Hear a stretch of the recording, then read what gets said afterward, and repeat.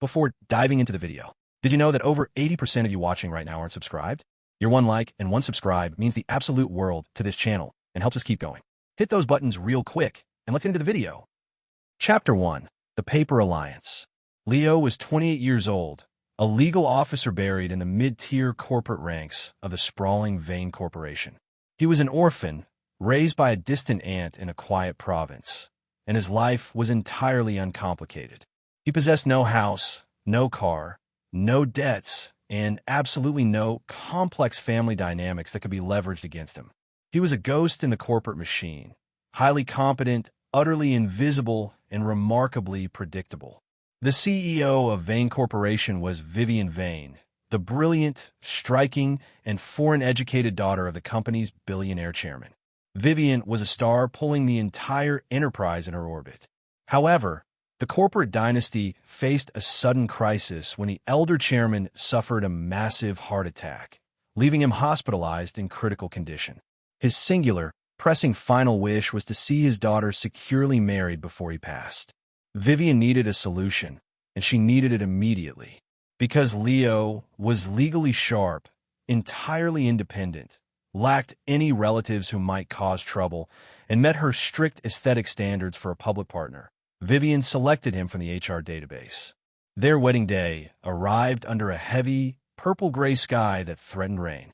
Inside the Civil Affairs Bureau, the glamour of the Vane Empire was nowhere to be found. A lone light bulb in the second-floor corridor buzzed and flickered continuously, casting long, erratic shadows against the faded paint. Vivian stood coldly by the registration window, dressed immaculately in a structured gray trench coat, her makeup sharp and flawless. She did not greet him with warmth. Instead, she silently reviewed Leo's documents, his household registration book, identification card, and photos, checking each item off a mental list. Satisfied, they signed the papers and proceeded with the administrative routine, looking at her sharp, unreadable profile as the clerks stamped their certificates. Leo recalled seeing her for the first time 3 years prior at a company annual meeting. He had been sat at a distant corner table, looking through a sea of heads at the head table where she stood, an untouchable star receiving toasts from elite executives. Now, that very same star was officially his paper wife, bound to him by ink, state stamps, and a legally binding non-disclosure agreement. Chapter 2. The Corporate Proposition. Leo remembered the exact choreography of how the arrangement had begun just 48 hours prior. He had been sitting at his cluttered desk, reviewing a tedious, multi-page sales contract when the HR director, Mr. Finch, approached him. Mr. Finch was a middle-aged man with thinning hair and a reputation for looking entirely through low-level employees. Today, however, Mr. Finch was bending his waist, his face contorted into an uncharacteristically warm, anxious smile. He invited Leo into a small, private meeting room at the end of the hall, locked the door behind them, and began pacing nervously. Leo had briefly worried Mr. Finch harbored highly inappropriate personal intentions based on office rumors, preparing himself to deliver a defensive kick if necessary. But the director finally stopped pacing, rubbed his hands together, and revealed that CEO Vane wanted to discuss a deeply private matter with him. Finch asked if Leo would be willing to meet her immediately. Recognizing the situation as a calculated corporate risk where the worst outcome was simply being fired, Leo agreed. At 3 p.m. sharp that afternoon, Leo walked into Vivian's grand executive suite. The room was dominated by a massive black walnut desk and a sweeping view of the city skyline. A cup of untouched coffee sat cooling by her side. Without looking up from a thick stack of corporate documents, she simply commanded him to sit.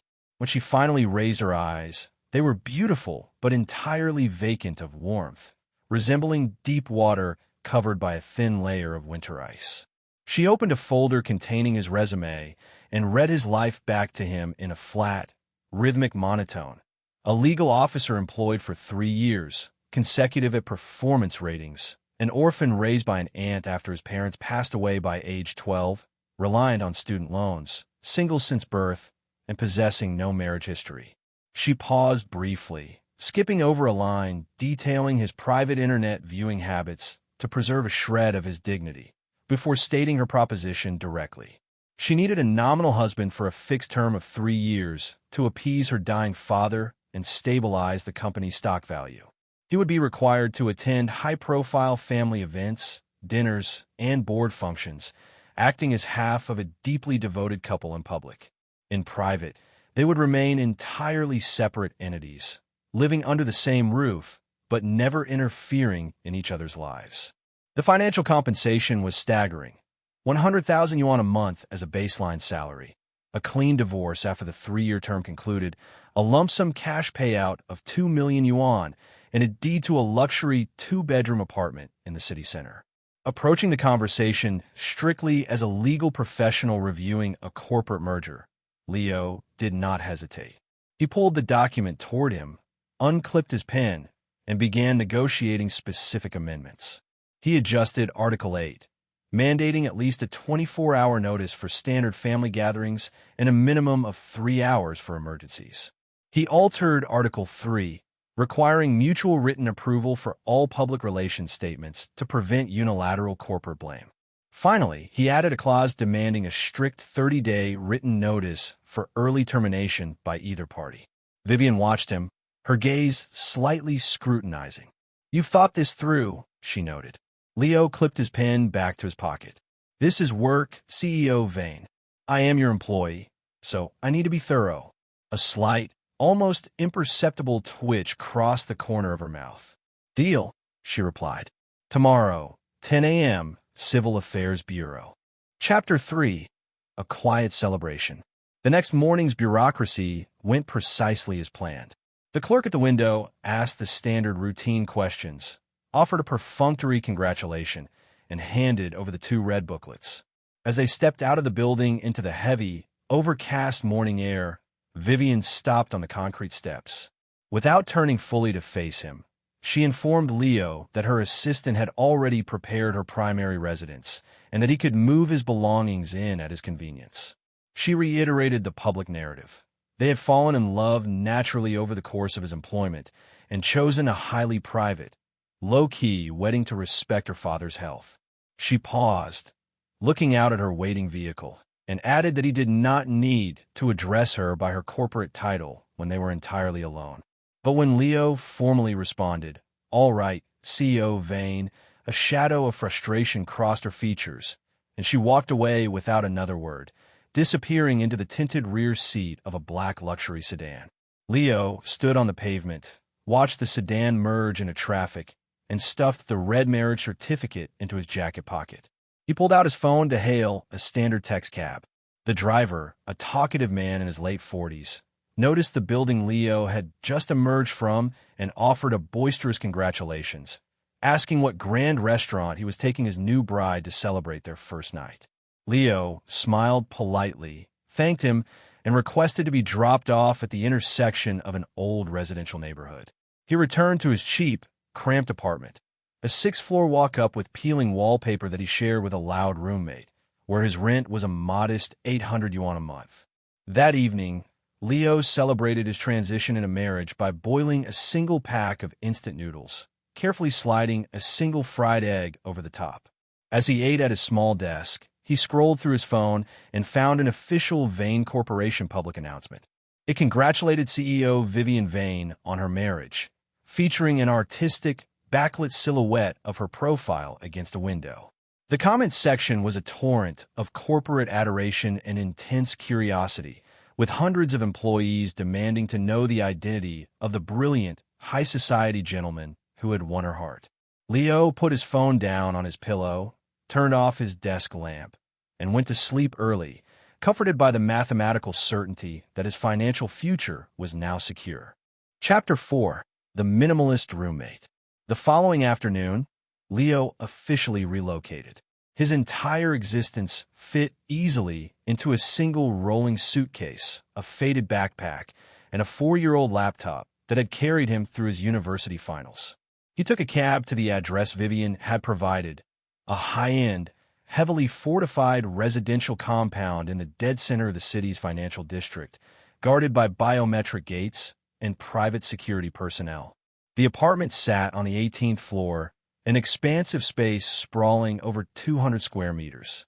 The interior was decorated in a strict, unyielding minimalist style dominated by stark black, white, and gray tones, perfectly mirroring the cold, unbothered impression Vivian projected to the world. Vivian was not home, but she had left a brief, typed note on the marble console table at the entrance. The master bedroom was strictly off-limits. He would occupy the guest wing. A private maid would service the common areas twice a week, and he could leave written messages if any logistical issues arose. Placed neatly beneath the note was a set of security cards and a heavy brass key. Leo dragged his suitcase down the corridor into the guest bedroom. The space was pristine. Deep blue and off-white slippers were waiting by the door, and fresh linens and high-end toiletries were perfectly arranged. The walk-in closet was enormous, with exactly half of its custom shelving left completely empty. Leo hung his modest collection of button-down shirts and slacks on the long row of empty hangers, leaving the remaining space vast and vacant. That evening, Vivian did not return.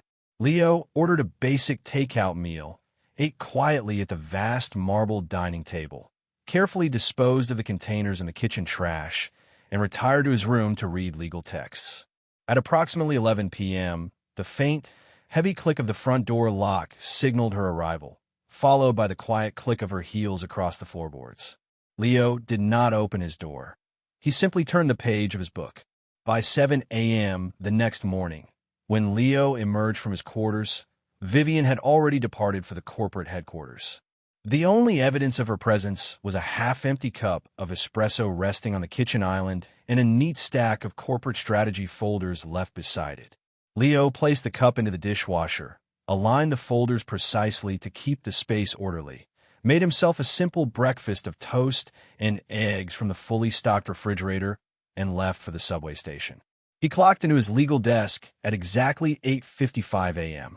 Within minutes, his neighboring co-worker, Arthur, leaned over the partition with wide, curious eyes.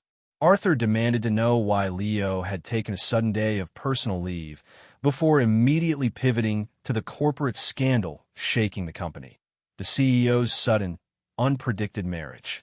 Arthur spent the next 10 minutes theorizing about the hidden groom, convinced the man must be an international tycoon or a brilliant political elite capable of matching Vivian's massive status. Leo listened patiently, nodded along in agreement with every wild theory, and quietly opened his terminal to review a series of standard procurement contracts. Chapter 5. Playing the Part. As the weeks turned into months, the company cafeteria remained an absolute hotbed of rumors. Employees endlessly debated the mysterious identity of the CEO's husband, yet absolutely no one cast a second glance at Leo, who continued to eat his solitary lunches in the far corner of the room. At exactly 3 p.m. on a Tuesday, Leo's personal phone buzzed with a message from Vane CEO. The text was characteristically brief. "Are you free tonight? My father wishes to meet you." 7 p.m., People's Hospital Inpatient Department. Leo reviewed his schedule, replied with a simple yes, and politely declined her offer to send an executive car, stating he would take the transit system. Before entering the hospital, he stopped at a high-end grocer and purchased a large fruit basket for 180 yuan, feeling a sharp, familiar twinge of pain in his personal wallet despite his new salary. The VIP wing of the hospital was hushed, insulated from the city noise by thick glass and heavy security. The nurse at the front desk stopped Leo, asking for his authorization. Leo adjusted his grip on the heavy fruit basket and replied calmly, "I'm the chairman's son-in-law." Vivian's mother, a neatly attired woman with a soft, aristocratic demeanor, opened the door to the luxury suite and greeted him with a warm, relieved smile. Inside, the room resembled a five-star hotel suite. The elderly chairman was propped up against the headboard of the mechanized bed, looking significantly more alert than Leo had anticipated. The moment Leo stepped across the threshold, Vivian moved fluidly from the window, naturally looping her arm through his and presenting a picture of seamless martial unity. "Dad," she said softly, "this is Leo." Leo stepped forward into the warm light, greeted the older man respectfully as Dad, and placed the expensive fruit basket on the bedside table. The chairman studied Leo intently, his eyes scanning the young legal officer before shifting down to the basket. A small, knowing smile appeared on the old man's face. He began asking Leo straightforward questions about his day-to-day legal responsibilities, his tenure at the firm, and his background. When Leo explained simply that his parents had passed away long ago and that his remaining family lived far away in the provinces, the chairman nodded slowly. He looked at his daughter, then back at Leo, letting out a long, heavy sigh. Vivian has been incredibly spoiled since the day she was born, Leo. You will need to be exceptionally patient and tolerant with her. Leo maintained his professional posture, looked the chairman in the eye, and replied, "Do not worry, sir. I will fulfill my duties completely." They maintained a pleasant conversation for several more minutes until the medical staff arrived for routine testing. The exact second the heavy elevator doors slid shut at the end of the VIP corridor, Vivian dropped Leo's arm completely, stepping to the opposite side of the enclosure. She looked straight ahead at the polished metal doors, her voice dropping back to its corporate chill. "You performed exceptionally well today." Leo adjusted his coat sleeve. "It is entirely part of my job, CEO Vane." She glanced at him, her expression unreadable, but said nothing more as they reached the ground floor. She returned upstairs to stay the night with her father, leaving the corporate driver to return Leo to the vast, silent apartment alone. They quickly settled into an immutable, silent rhythm. Two professional actors who shared an address, occasionally exchanging polite, 5-second morning greetings before vanishing into their respective worlds. Chapter 6: Boundaries and Backlit Photos. Leo maintained an absolute wall of emotional detachment, treating the entire marriage arrangement as a highly lucrative, temporary corporate posting. Over the next 2 years, their public calendar filled significantly. They were required to appear side by side at major public relations functions: the Vane Corporation Annual Gala, high-stakes board member dinners, the chairman's recovery celebration, and intimate dinner parties hosted by Vivian's old university circle. Before each event, Vivian would spend 30 minutes instructing him on the precise physical mechanics of their facade, how tightly to loop his arm through hers, the exact duration of a public smile, and how to navigate conversation with elite shareholders. Leo proved to be an incredibly adept student, executing every instruction flawlessly. "You learn remarkably fast," she remarked after a particularly tense corporate dinner. Leo offered a polite, standard nod. "It is all thanks to your precise management, CEO Vane." She paused, a rare, faint laugh escaping her lips before she turned away to review her schedule. On the long, quiet drives back to the apartment after midnight, the interior of the luxury sedan was heavy with exhaustion.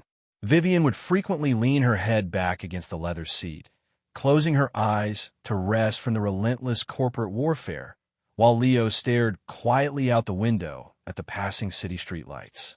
Occasionally, she would break the silence, murmuring, "You worked hard tonight." Leo would invariably respond with the same practiced line, "Not hard at all. It is my duty." Silence would immediately reclaim the car. As they entered the final year of the contract, their domestic dynamic thawed slightly out of sheer proximity. They occasionally found themselves sitting at the kitchen island together late at night, sharing a bottle of wine and discussing neutral industry topics. On rare occasions, Leo would simply act as a silent sounding board while Vivian, loosened by alcohol, dropped her corporate armor and bitterly complained about board insubordination and executive stress. When she inevitably fell asleep on the sofa from sheer exhaustion, Leo would quietly carry her back to her master suite, place her gently on the bed, and pull a heavy duvet over her shoulders before locking the door behind him. One rainy Friday evening, a deeply intoxicated Vivian was assisted into the apartment by her personal driver. Leo took over, guiding her toward the living room sofa. As he went a step away, Vivian suddenly lunged forward, her hands desperately gripping the fabric of his sleeve.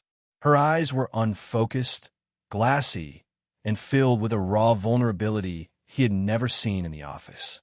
She looked directly at his face, but clearly saw someone else, crying out in a cracked voice, Please, don't leave again. Leo stood perfectly still, his posture rigid. CEO Vane, you are heavily intoxicated. She seemed to snap out of the delusion slightly, her grip loosening as she dropped her head back against the cushions. She looked up at him through long eyelashes, a bitter, self-deprecating smile on her lips. Do you know who you look like when you stand like that? You remind me exactly of him. The way you phrase your sentences, the way you walk into a room, it's identical. That is the real reason I pulled your file from HR.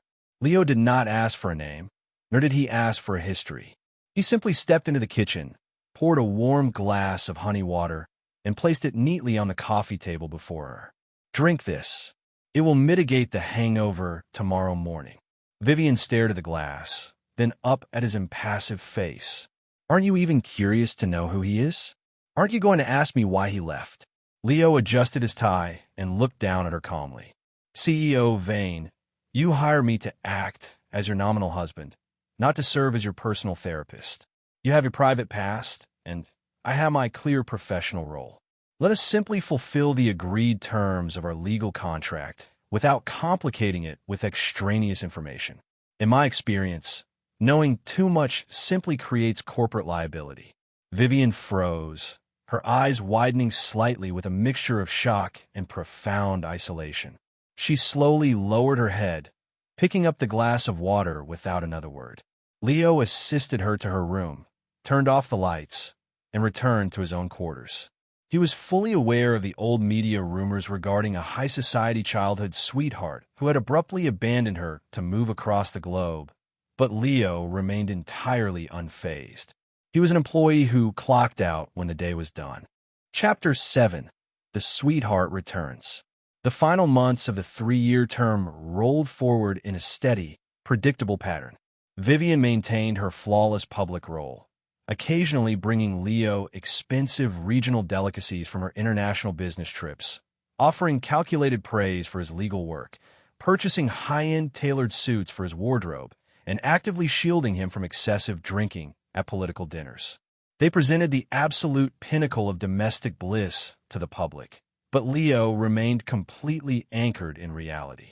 He had previously chanced upon a locked hidden folder in her personal tablet, a single, low-resolution photo of a man's silhouette taken against a bright beach sunset, his facial features entirely obscured by the light. He had watched Vivian stare at that image late at night, with a look of profound, aching longing that she never directed toward anyone in the real world. At exactly 2 years and 10 months into the contractual arrangement, Leo arrived home at his usual time to find Vivian sitting completely motionless on the center cushions of the living room sofa.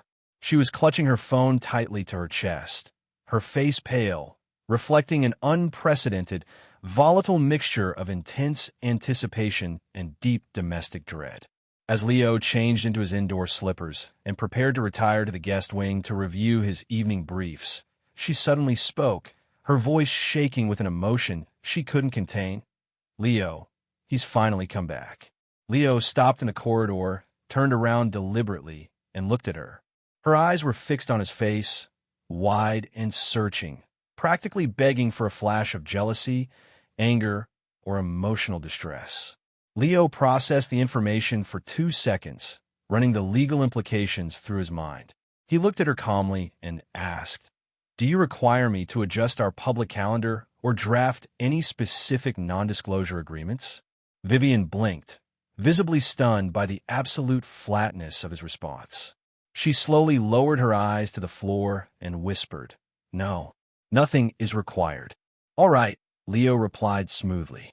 He turned, entered his bedroom, and clicked the door shut. Lying in bed that night, Leo stared at the ceiling, mentally calculating his final exit strategy. The inevitable conclusion of the contract had arrived, slightly ahead of schedule, but his primary objective remained entirely unchanged, ensuring the flawless execution of the final payout and the seamless transfer of the city center real estate. Chapter 8. The Capitalist's Inquiry.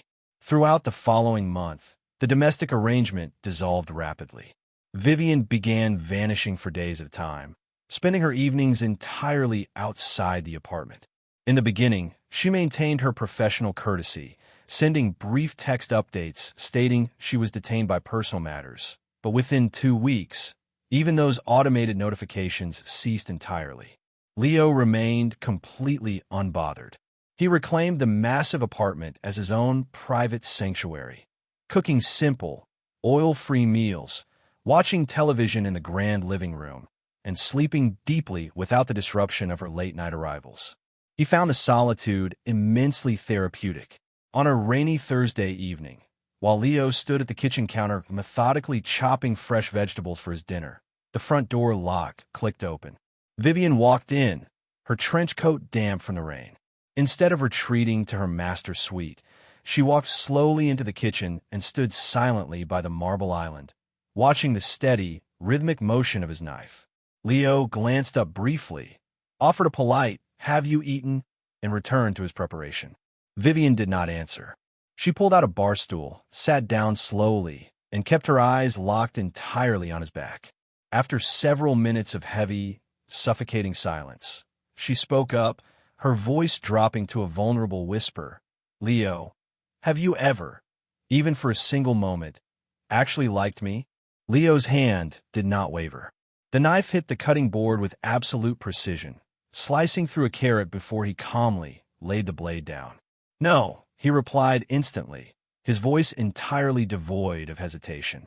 Vivian sat completely paralyzed, the absolute finality of his answer echoing through the pristine kitchen. The silence stretched out for so long that Leo assumed she had checked out of the conversation entirely. When he finally turned around to face her, he saw that her eyes were heavily rimmed with red, tears threatening to spill over her perfectly contoured cheeks. "How can you be so utterly cold-blooded?" she whispered, her voice trembling with a mixture of anger and disbelief. "We have lived together for nearly 3 years. We have shared a life. Do you truly feel absolutely no attachment, no regret, no sorrow that this is ending?" Leo pulled a clean towel from the rack, meticulously wiped his hands, and leaned against the counter, facing her with an expression of calm, professional clarity. "CEO Vane, the very day we signed our legal framework at the Civil Affairs Bureau, I established a clear boundary. This is a highly compensated professional assignment. You are the employer, and I am the contracted employee. We have successfully executed our mutual KPIs for nearly 3 years. And now that the contract is reaching its natural expiration, we part ways cleanly. Your preferred partner has returned, and as your employee, I am genuinely pleased that your personal objectives have been achieved. There is no room for emotional attachment in a standard business transaction." Vivian stood up abruptly, her chair scraping loudly against the tile floor. She stared at him as if desperately searching for a hidden layer of pain or deceit beneath his eyes. But she found absolutely nothing. Leo was telling the literal truth. He harbored no secret love, no hidden resentment, and no longing. He looked at her and offered one final grounding thought. "Tell me, CEO Vane, under normal corporate governance, would you ever expect an employee to fall genuinely in love with their managing boss? No. So why expect it now?" Privately, Leo's sharp legal mind wondered if she was attempting to emotionalize the separation in an effort to renegotiate the final 2 million yuan severance package. Typical capitalist behavior, he thought to himself. Vivian turned sharply on her heels, grabbed her bag, and stormed out of the apartment, vanishing for a full calendar week. Chapter 9. The Broken Light Bulb. At exactly the 2-year and 11-month mark of the contract, Leo walked down to a local commercial print shop during his lunch break.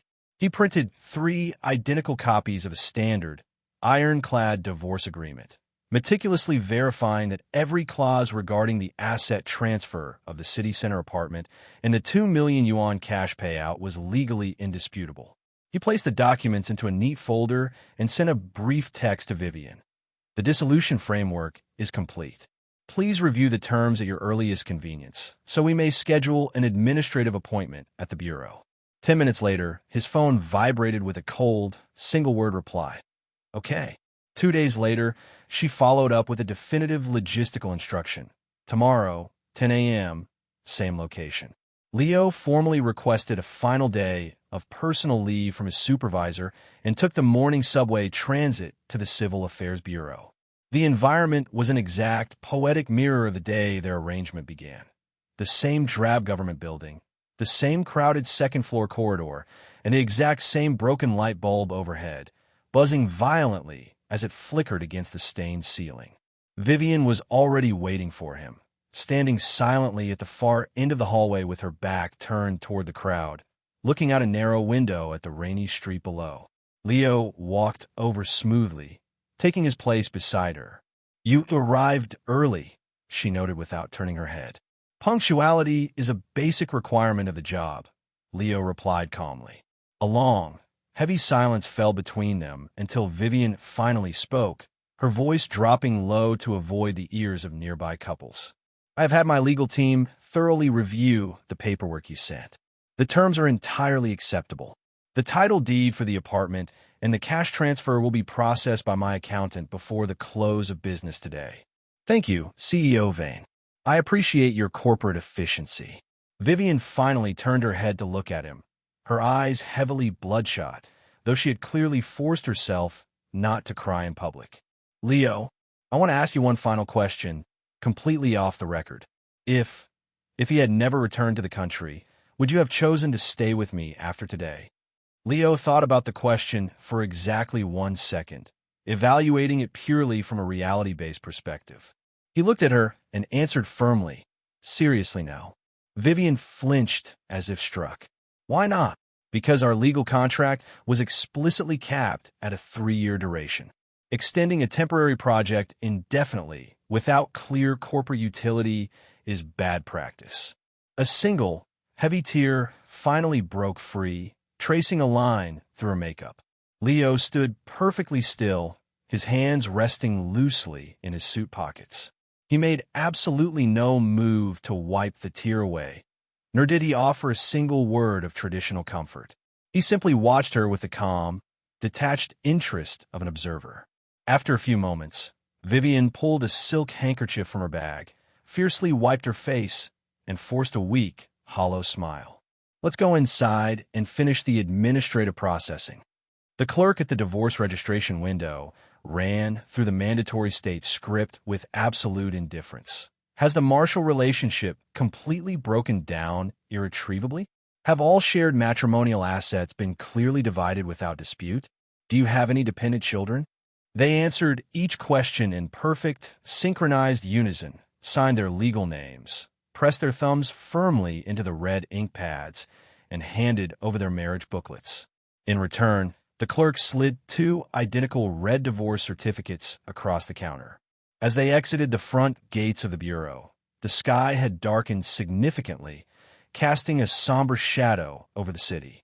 Vivian stopped on the pavement, looking at him with a profound, lingering confusion. "Leo, do you hate me for how this turned out?" Leo shook his head calmly. "No, not at all. Will you miss me? Will you miss the life we had in that apartment?" Leo thought of his quiet evenings, his simple meals, and his peaceful sleep. He shook his head again. "I probably won't." Vivian let out a bitter, hollow laugh, lowering her head as she struggled to maintain her composure. "You know, Leo, after 3 whole years, I realize I never understood a single thing about you. There is absolutely nothing complex to understand, CEO Vane," Leo said, offering a polite, final nod. "I simply performed the duties of a contracted employee to the absolute best of my ability. Take care of yourself." She turned away sharply, her heels clicking against the wet concrete as she stepped into the rear of her waiting black luxury sedan, which quickly accelerated into the distance. Leo stood at the curb, watched the car vanish around the corner, and casually slid the divorce certificate into his pocket. He pulled out his phone to call a cab. Within 5 minutes, a standard taxi pulled up. Amazingly, as Leo opened the door and sat in the rear, he realized the driver was the exact same middle-aged man from 3 years ago. The driver adjusted his rearview mirror, caught sight of Leo's face, and froze in absolute shock. "Bro, wait a minute. You're the guy from 3 years ago. Did you just get another certificate?" Leo offered a small, relaxed smile. "Yes, a divorce certificate this time." The driver's face contorted into an awkward, deeply apologetic grin, and he immediately went silent, turning his attention entirely to the road. Leo leaned back comfortably against the worn fabric of the seat, watching the sprawling, expensive cityscape blur past his window.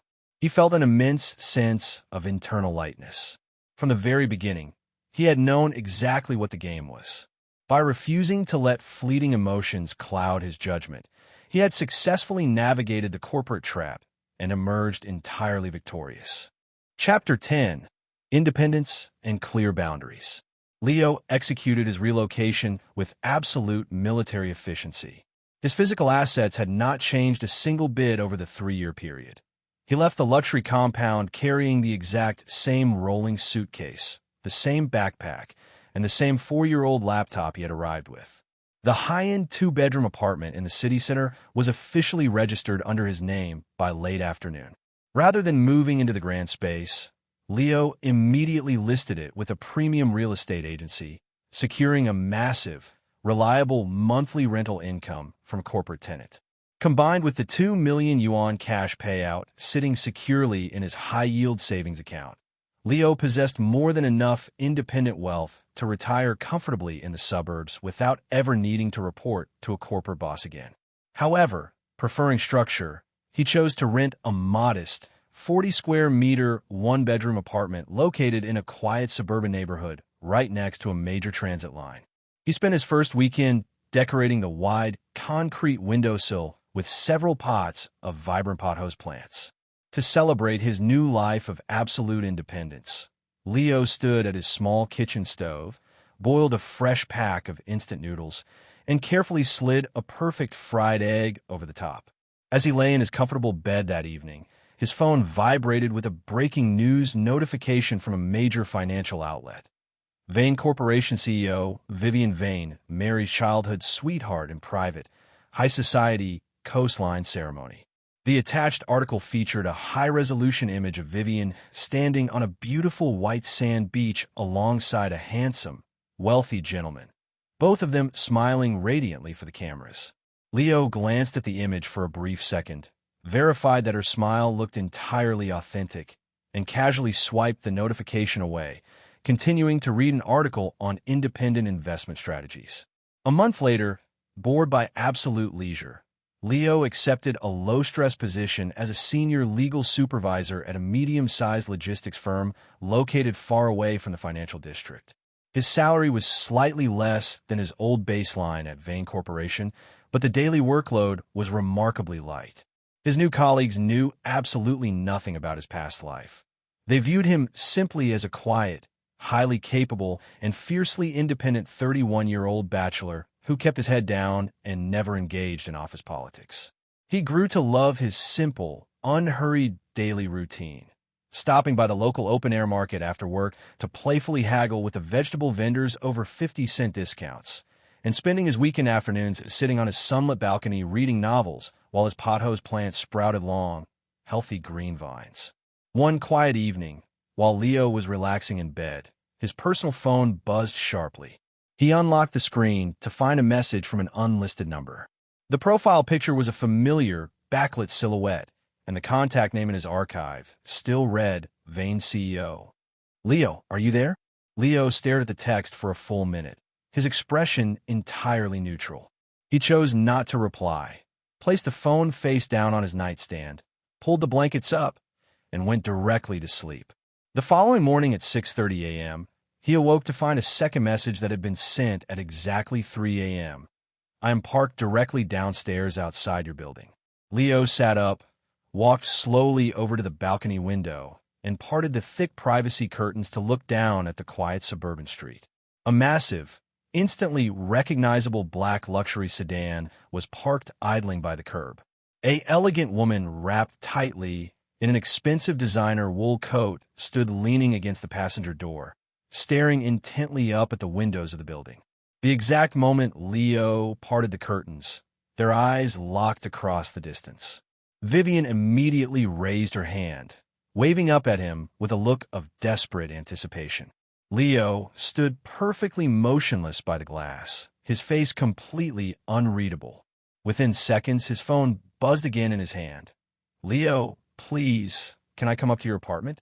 Leo unlocked the device, thought for a moment, and typed a calm, direct response. What is the specific nature of your business, CEO Vane? I just need to talk to you, she replied instantly. Regarding what specific topic? Leo countered. A long, agonizing pause ensued. The text bubbles danced on the screen as she typed and deleted multiple paragraphs. Finally, she sent a single, desperate sentence. I just need to see you one time. Is that truly so much to ask? Leo stood in the morning light, looked down at her waiting figure, and typed a final, unyielding boundary. We have already met, CEO Vane. Our professional arrangement concluded cleanly. Please instruct your driver to return to the financial district. We maintained an excellent corporate relationship for 3 years, and I have absolutely no desire to complicate or ruin those pleasant professional memories now. Vivian's response was immediate, practically screaming through the screen. Do you truly possess absolutely no genuine human feelings for me at all, Leo? After everything we shared, Leo looked down at the device and typed his final analytical truth. Consider the reality of the situation, CEO Vane. If I had broken our contract 3 years ago and told you that I had fallen deeply in love with you, would you have genuinely abandoned your childhood sweetheart for a low-level legal officer? No. You would have terminated my contract for a lack of professionalism. When faced with a difficult structural reality, you choose silence. Please go home. After transmitting the message, Leo did not wait for a reply. He placed the phone on absolute silent mode, slid it deep into his jacket pocket, grabbed his keys, and walked down the stairs. By the time he exited the front lobby of the building, the black luxury sedan had already pulled away from the curb, leaving the suburban street completely empty. Leo walked down to his favorite local breakfast stall, greeted the vendor with a warm smile, and ordered 2 freshly fried dough sticks and a cup of hot, sweet soy milk.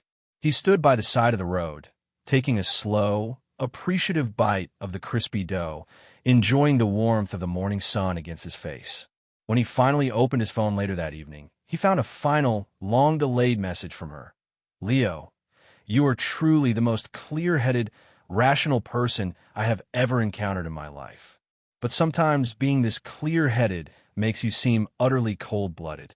Leo read the words, felt absolutely no sting, and deleted the chat history permanently. Vivian never attempted to contact him again. Chapter 11. The final rule of the game. Nearly a full calendar year later, while Leo was casually browsing through an international business journal during his lunch break, he stumbled across a major corporate lifestyle feature. The headline was stark and direct. Vane Corporation CEO Vivian Vane files for absolute divorce after less than 12 months of matrimony. The article detailed a massive, messy separation from her childhood sweetheart, citing deep, irreconcilable personality differences and widespread boardroom rumors that Vivian had been emotionally distant throughout the entire duration of the marriage, seemingly checked out from day one. Leo reviewed the corporate text, adjusted his glasses, and calmly swiped past the article to check the daily logistics reports for his firm. He experienced absolutely no emotional resonance, no flash of satisfaction, no lingering pity, and no urge to reach out. To Leo, reading about her divorce felt exactly like reviewing a generic notification about a former coworker leaving a competitor company to pursue other opportunities. It was an extraneous data point that had absolutely zero impact on his daily life. That Saturday evening, Leo sat comfortably in a wicker chair on his suburban balcony, sipping a cup of green tea as he watched the thousands of small, warm lights flicker across the residential district. The pothos plants on his windowsill were thriving, their long, vibrant green vines swaying gently in the cool evening breeze. He leaned his head back, suddenly recalling the raw, tearful question she had asked him outside the Civil Affairs Bureau. Will you miss me? His answer remained an absolute, mathematically certain no. It was not born out of malice, hatred, or inherent cruelty. It was born out of an unwavering adherence to the ultimate rules of reality. From the very first hour he stepped into Vivian's grand black walnut office, Leo had possessed a flawless, unshakable understanding of his exact coordinates in the world. He was a regular man who had taken a temporary, highly specialized contract position. He had executed his duties to the letter, protected his employer's corporate interests, collected his legally agreed-upon compensation, and exited the arena the exact second the contract reached its expiration date. He understood all too well that allowing oneself to be blinded by the fleeting, proximity-based glamour of extreme wealth and power was the fastest path to personal ruin. To depend on the affection of a capitalist billionaire was to place your entire life, stability, and future happiness at the absolute mercy of someone else's volatile emotional moods. Leo refused to ever cede control of his destiny to anyone else. He heard the faint, distant honk of a car down the road, followed by the soft, echoing laughter of children playing in the neighborhood park below. He looked down at his watch, realized it was getting late, and stood up to stretch his muscles. Tomorrow was a beautiful, completely ordinary Sunday. He had no corporate galas to attend, no facades to maintain, and no contract to fulfill. He walked inside his quiet, peaceful apartment, locked the door securely, and went to sleep. Chapter 12. The Organic Accord. 2 years after the news of Vivian's final corporate divorce, Leo's life remained beautifully tranquil. His investment portfolio, anchored by the rental income of the city center apartment and the 2 million yuan baseline, had grown steadily. He had quietly transitioned from his legal supervisor role into running a small, independent legal consultancy out of a bright, plant-filled office in a quiet corner of the city. He worked exactly 20 hours a week, chose his own clients, and spent his afternoons cooking elaborate, oil-free meals or tending to what had now become a massive indoor garden of thriving pothos and monstera plants. On a warm, sunlit Tuesday afternoon, Leo was standing in the aisle of a specialized botanical nursery on the edge of the suburbs, carefully evaluating the root structure of a rare variegated ficus. He was dressed in a casual linen shirt, completely detached from the rigid corporate uniforms of his 20s. "I see your standards for thorough inspection haven't changed at all," a soft, familiar voice remarked from behind him. Leo paused, lowered the clay pot smoothly, and turned around. Standing a few feet away was Vivian. She was dressed simply in a white sundress, her hair tied back loosely, entirely devoid of the sharp corporate armor, heavy makeup, and cold executive aura that had once defined her.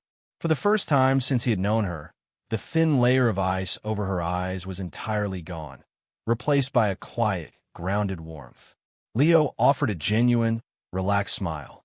Punctuality might be a corporate requirement, but selecting a healthy plant requires absolute legal due diligence. "Hello, Vivian."